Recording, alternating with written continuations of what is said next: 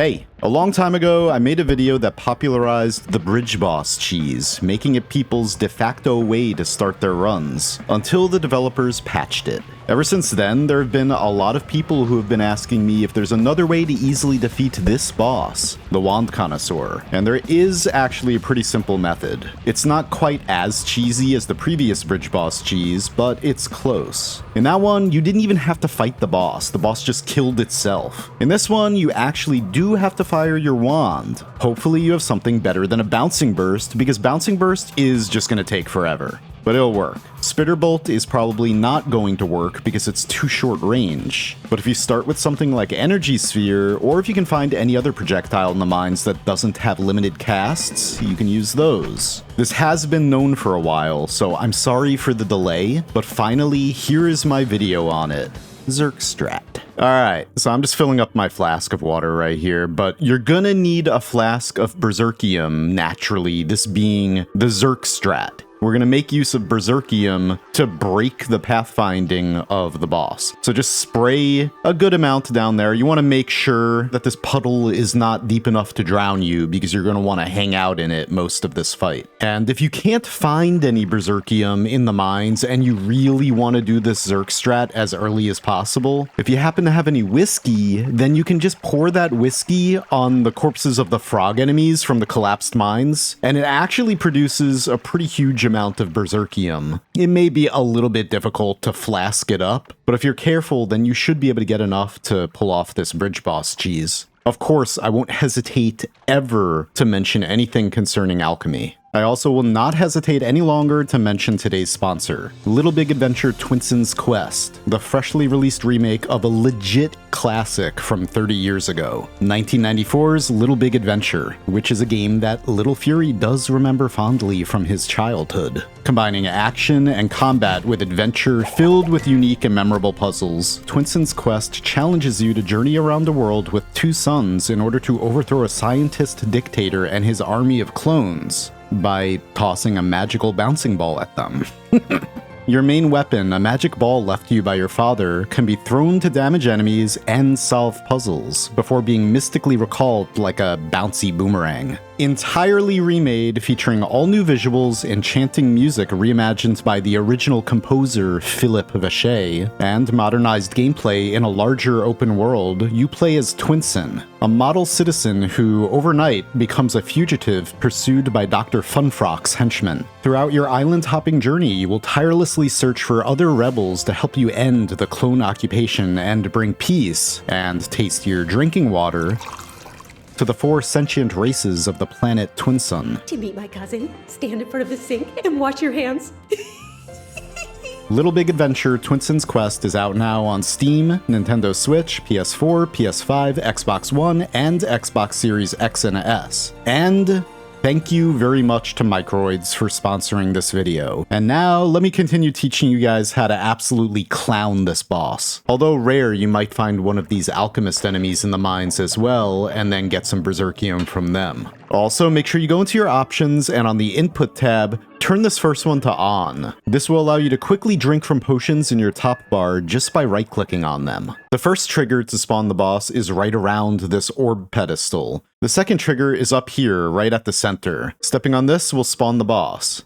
Make sure you also keep the bridge intact, if possible, because after spawning, the bridge will kind of hold the boss back for a few moments, giving you a little bit more time to set this up. Anyway, it will start shooting at you. As soon as it does its spread shot, make sure you're directly above the water basin, and then drink some Berserkium by right-clicking it in your top bar, and then head immediately over to your puddle. Now, just wait until it triggers its ground erasing, I can't find you, what the hell, ability, like that. And you know that you've perfectly set this up. Very importantly, make sure you do not leave your cover during any of the magic missile spells. Especially this one, the purple giant magic missile. If you come here at the beginning of a run, this will one-shot you. I'm sure you can already see the intended strategy here. Basically just hit, hide, repeat. It does take a while, but if you just make sure you keep the rhythm down, pay attention, There's nothing to it. You can kill this boss with anything in this way, even with that aforementioned bouncing burst. To explain this further, yes, we're breaking the pathfinding of the boss. When you're stained with Berserkium, the boss can't find you. So yeah, for the remainder of this fight, the boss is going to stay right there in that one spot as long as you keep the Berserkium stain on you. You may notice that I do leave my cover when there are any firebolt spells being used. That's because the firebolts can't reach you because of their downward arcing trajectory and their like higher gravity. So you are safe to leave your cover when the boss is firing one of those. Again, very importantly, the boss can't find you. The wand connoisseur itself is like, where'd he go? I'm just gonna stay right here. I don't know what's going on. But the wands are a different story. The wands that this boss spawns, each are their own entity, and they, no matter what,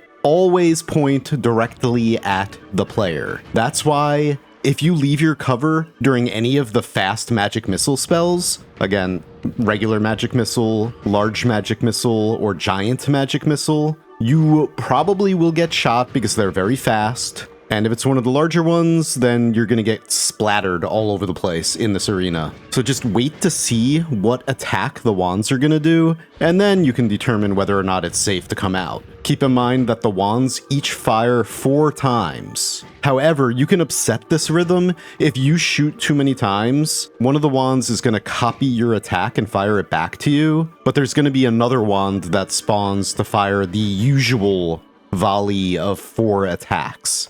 Okay, does that make sense? So if you fire too many times, there's going to be a wand that spawns that copies your attack, and that might throw off your rhythm because there's always going to be another wand that spawns to fire the volley of 4 firebolts or magic missiles or bouncing bursts. Again, like bouncing burst doesn't do much damage, but if you're doing this at the beginning of the run, which I think this is like best done, obviously, at the beginning of a run to capitalize on being able to kill this boss early and get those wand drops from it very early. If you do this later in a run, I mean, you can kill this boss in any number of other ways. I have another video on that, obviously, plasma being probably the best way to very quickly and easily kill this boss. Anyway, what I was gonna say is that along with the magic missiles and the firebolts, this boss can fire bouncing bursts at you. And bouncing bursts don't do much damage, they do 3 damage each, but again, if you're doing this at the beginning of a run, and you should be doing this at the beginning of a run, every little point of damage matters because you only have like 100 HP probably. So it's up to you. If you've already cleared out the mines, then by all means, taking a few damage here and there while fighting this boss, no big deal. Just make sure you don't pop your head out during any of the magic missiles. That's all.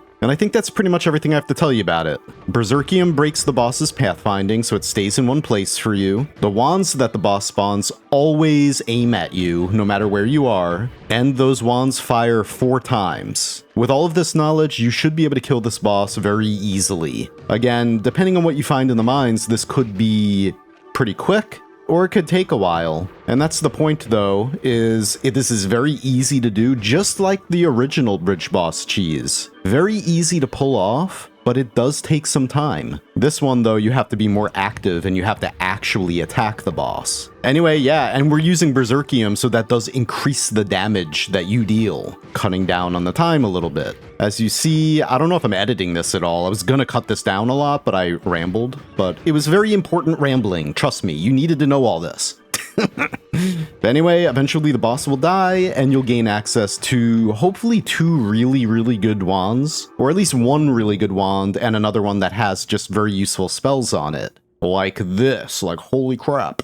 And then of course you also get the Matasad spell to dig with, maybe. Get to deal with worms, but you can still use it to dig out huge parts of the world if you want to. And then the Meteorasad spell. Anyway, that's it. I hope you guys find this useful. Good luck, have fun, happy noiting, and I'll see you next time.